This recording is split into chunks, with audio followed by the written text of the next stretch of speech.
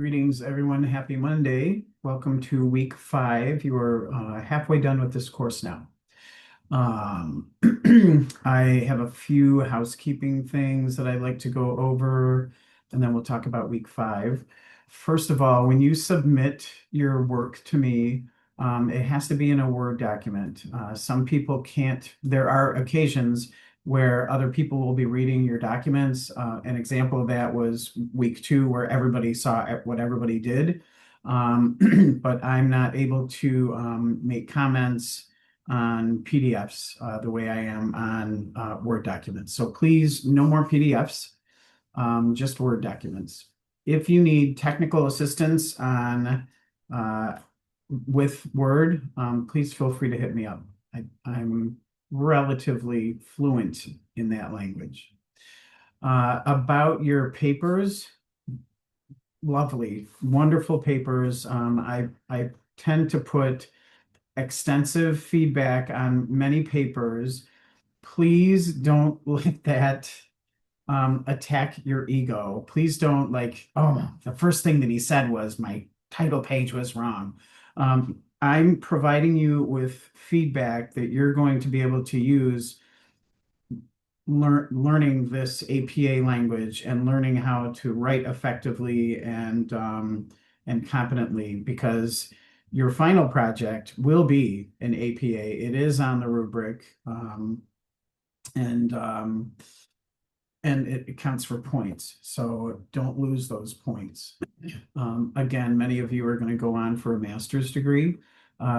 The instructors, in my experience, in master's and graduate programs are way less forgiving than when you're first learning this skill. So please take it as feedback. You're all doing a very good job in this course.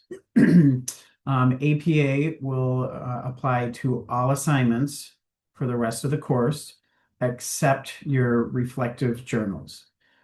Make sure that you're reading the rubrics. If it says you need 2 references, make sure that you're reading some things and using that information to support whatever you're posting in the discussion rooms or putting into your assignments.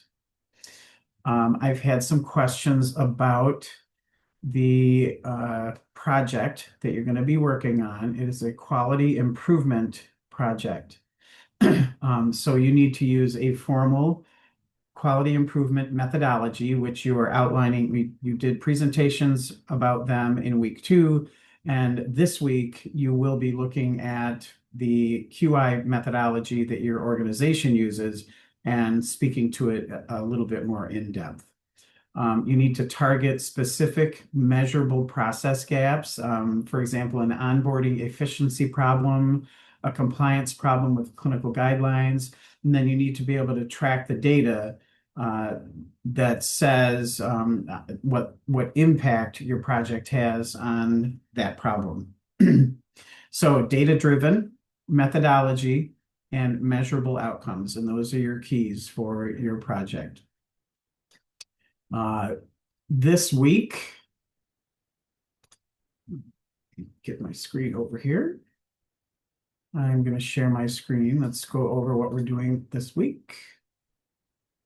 I promise I'll get really quick about this, probably after the course ends. All right. This is a clinical week. So you do have some clinical hours to complete. If you are unable to complete hours this week, make sure that you're making time. Some of you asked if you could start early. That's just fine. But the clinical hours are non-negotiable. And it's an accreditation issue. You have to have those clinical hours in. You are going to be working on this assignment this week. You do have a discussion board this week as well, and a journal. I think you have a discussion board. If I'm wrong, you can celebrate. So you're going to attend an interprofessional meeting this week as part of your clinical hours.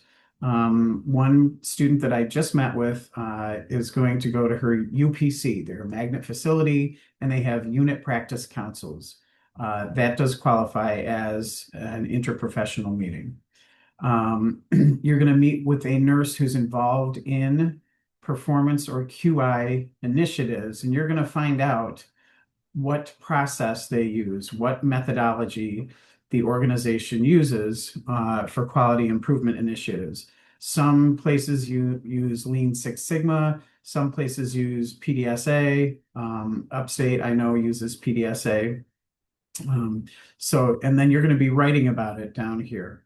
So you're going to have to go back and look at your frameworks and find out the phase and the description of the phase and key players. And this is specific to your project. Feel free. I did have a question from one of you about, can we work on the project together? I need to clarify this with the program chair.